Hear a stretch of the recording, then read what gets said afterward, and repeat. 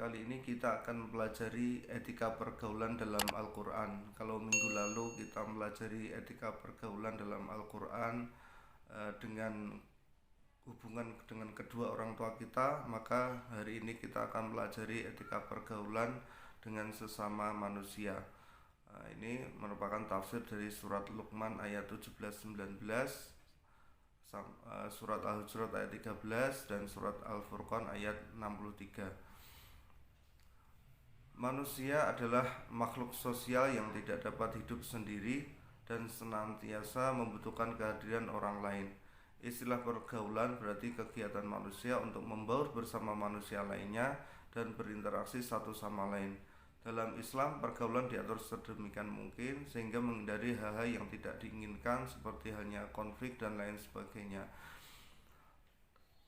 Allah berfirman dalam surat Luqman ayat 17, Ya bunayya aqimis sholata wa'mur bil ma'ruf yanha 'anil munkari wasbir 'ala ma asabak inna dzalika min azmil umur.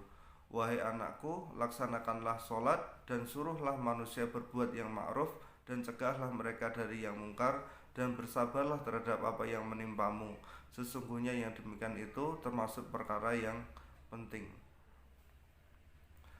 Wahai anakku, laksanakanlah sholat secara sempurna dan konsisten.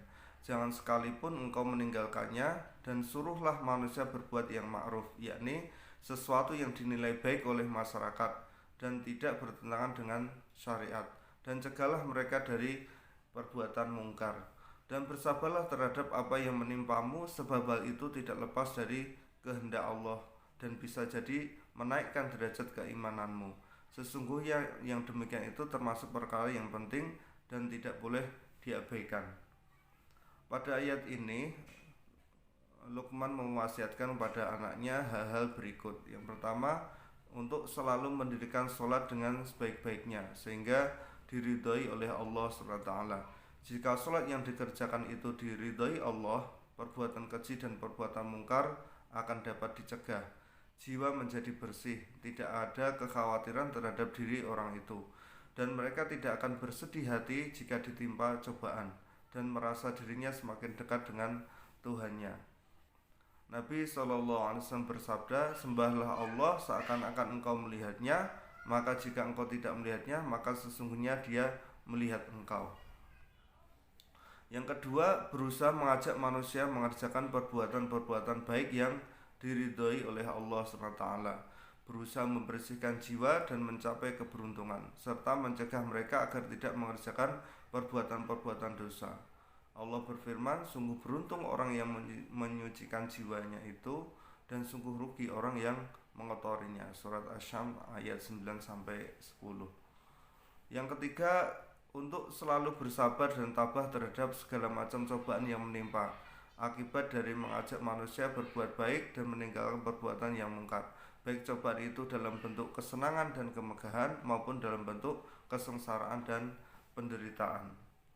Pada akhir ayat ini diterangkan bahwa Allah memerintahkan 3 hal tersebut di atas karena merupakan pekerjaan yang amat besar faedahnya bagi yang mengerjakannya dan memberi manfaat di dunia dan di akhirat kelak.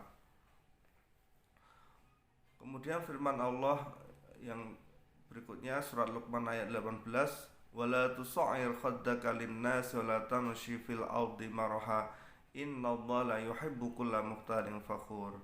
Dan janganlah kamu memalingkan wajah dari manusia karena sombong, dan janganlah berjalan di bumi dengan angkuh, sungguh Allah tidak menyukai orang-orang yang sombong dan membanggakan diri. Surat Luqman ayat 18. Kemudian ayat 19, waqsid fi masyika waqdud min sautik inna ankara aswati la sautul hamir. Dan sederhanakanlah dalam berjalan dan lunakkanlah suaramu, sesungguhnya seburuk-buruk suara ialah suara keledai. Dan janganlah kamu sombong, janganlah kamu malingkan wajah dari manusia secara congkak, dan janganlah berjalan di muka bumi dengan angkuh. Bersikaplah tawaduk dan rendah hati kepada siapapun. Sungguh Allah tidak menyukai dan tidak pula melimpahkan kasih sayangnya kepada orang-orang yang sombong lagi membanggakan diri. Dan jika engkau melangkahkan kakimu, sederhanakanlah dalam berjalan, jangan terlalu cepat atau terlalu lambat.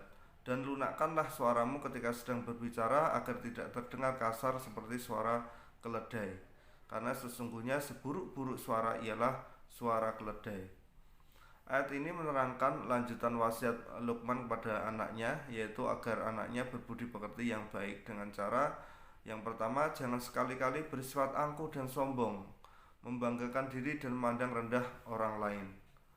Tanda-tanda seseorang yang bersifat angkuh dan sombong itu antara lain, yang pertama, bila berjalan dan bertemu dengan orang lain, ia memalingkan mukanya, tidak mau menegur atau memperlihatkan sikap ramah, tidak mau tersenyum. Yang kedua, berjalan dengan sikap angkuh, seakan-akan ia yang berkuasa dan yang paling terhormat. Yang kedua, pesan yang kedua yaitu hendaklah berjalan secara wajar, tidak dibuat-buat dan kelihatan angkuh atau sombong, dan lemah lembut dalam berbicara sehingga orang yang melihat dan mendengarnya merasa senang dan tentram hatinya. Berbicara dengan sikap keras, angkuh dan sombong dilarang Allah karena gaya bicara yang semacam itu tidak enak didengar, menyakitkan hati dan telinga. Hal itu diibaratkan Allah dengan suara keledai yang tidak nyaman didengar. Sederhana atau wajar dalam berjalan dan berbicara bukan berarti berjalan dengan menundukkan kepala, menunduk terus gitu, tidak seperti itu, dan berbicara dengan lunak. Akan tapi maksudnya ialah berjalan dan berbicara dengan sopan dan lemah lembut sehingga orang merasa senang melihatnya. Adapun berjalan dengan sikap gagah dan wajar serta berkata dengan tegas yang menunjukkan suatu pendirian yang kuat tidak dilarang oleh agama. Menurut suatu riwayat dari Siti Aisyah radhiyallahu an bahwa beliau melihat seorang laki-laki berjalan menunduk lemah seakan-akan telah kehilangan kekuatan tubuhnya. Maka beliau pun bertanya, mengapa orang itu berjalan terlalu lemah dan lambat? Seseorang menjawab, dia adalah seorang fuqaha yang sangat alim. Itu yang ditanya menjawab seperti itu. Mendengar jawaban itu, Aisyah berkata, Umar adalah penghulu fuqaha. Tetapi apabila berjalan, ia berjalan dengan sikap yang gagah. Apabila berkata, ia bersuara sedikit keras. Dan apabila memukul, maka pukulannya sangat keras. Surat Al-Hujurat ayat 13. Allah berfirman, Ya ayyuhan nasu inna khalaqnakum min dzakari wa unsa wa ja'alnakum syu'uban wa qabaila lita'arafu inna akramakum indallahi atqakum innallaha alimun khabir. Wahai manusia, sungguh kami telah menciptakan kamu dari seorang laki-laki dan seorang perempuan. Kemudian kami jadikan kamu berbangsa-bangsa dan bersuku-suku agar kamu saling mengenal. Sesungguhnya yang paling mulia di antara kamu di sisi Allah ialah orang yang paling takwa. Sungguh Allah Maha Mengetahui, Maha Teliti.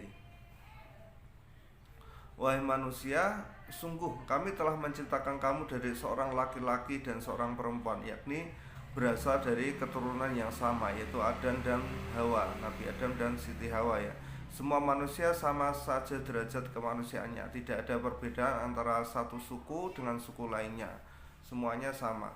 Kemudian kami jadikan kamu berbangsa-bangsa dan bersuku-suku agar kamu saling mengenal dan dengan demikian saling membantu satu sama lain, bukan saling mengolok-olok dan saling memusuhi antara satu kelompok dengan lainnya. Allah tidak menyukai orang yang memperlihatkan kesombongan dengan keturunan, kekayaan atau kepangkatan, karena sungguh yang paling mulia di antara kamu di sisi Allah ialah orang yang paling bertakwa. Karena itu berusahalah untuk meningkatkan ketakwaan agar menjadi orang yang mulia di sisi Allah. Sungguh Allah Maha Mengetahui segala sesuatu, baik yang lahir maupun yang tersembunyi, Maha Teliti sehingga tidak satupun gerak-gerik dan perbuatan manusia yang luput dari ilmunya. Kebiasaan manusia memandang kemuliaan itu selalu ada sangkut pautnya dengan kebangsaan dan kekayaan. Padahal menurut pandangan Allah, orang yang paling mulia itu adalah orang yang paling takwa kepadanya. Sesungguhnya Allah Maha Penerima Tobat, lagi Maha Mengetahui tentang apa yang tersembunyi dalam jiwa dan pikiran manusia. Pada akhir ayat Allah menyatakan bahwa Dia Maha Mengetahui tentang segala yang tersembunyi di dalam hati manusia dan mengetahui segala perbuatan mereka. Kemudian dalam surat Al-Furqan ayat 63 Allah berfirman, wa ibadur rahmanil ladzina yamshuna 'alal ardi haunan wa idza khatabahumul jahiluna qalu salama. Adapun hamba-hamba Tuhan yang Maha Pengasih itu adalah orang-orang yang berjalan di bumi dengan rendah hati, dan apabila orang-orang bodoh menyapa mereka dengan kata-kata yang menghina, mereka mengucapkan salam. Pada ayat ini disebutkan ciri dan sifat ibadur rahman atau para pengabdi Allah. Adapun hamba-hamba Tuhan yang Maha Pengasih itu adalah orang-orang yang berjalan di bumi dengan rendah hati, tidak dibuat-buat, tapi berjalan secara wajar, tidak menyombongkan diri dalam sikap dan tindakan, karena dia tahu bahwa sikap itu tidak terpuji, akan mengakibatkan hal-hal yang negatif dalam pergaulan. Dan apabila orang-orang bodoh yang tidak tahu nilai-nilai sosial atau tata krama dalam kemasyarakatan menyapa mereka dengan kata-kata yang menghina atau kasar, mereka tidak membalasnya dengan ucapan yang semisal, tidak membalasnya dengan kasar, namun dengan penuh sopan dan rendah hati mereka mengucapkan salam, yang berarti mudah-mudahan kita berada dalam keselamatan, damai dan sejahtera.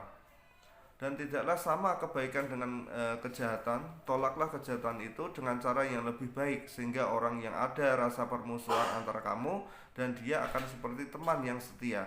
Dan sifat-sifat yang baik itu tidak akan dianugerahkan kecuali kepada orang-orang yang sabar, dan tidak dianugerahkan kecuali kepada orang-orang yang mempunyai keberuntungan yang besar.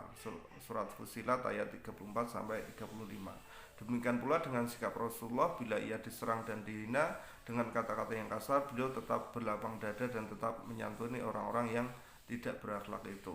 Dicaci maki malah menjenguk ketika yang meludah dan mencaci sakit. Dicaci maki malah menyuapi. Jadi senantiasa terus kepada Arab Badui yang kasar, beliau juga lemah lembut, sehingga orang Badui itu sadar bahwa akhlak yang bagus itu seperti itu. Mungkin itu saja yang dapat saya sampaikan. Terima kasih telah menyimak video saya. Jangan lupa like dan subscribe agar saya lebih bersemangat lagi dalam membuat materi dan video. Kurang lebihnya mohon maaf. Wassalamualaikum warahmatullahi wabarakatuh.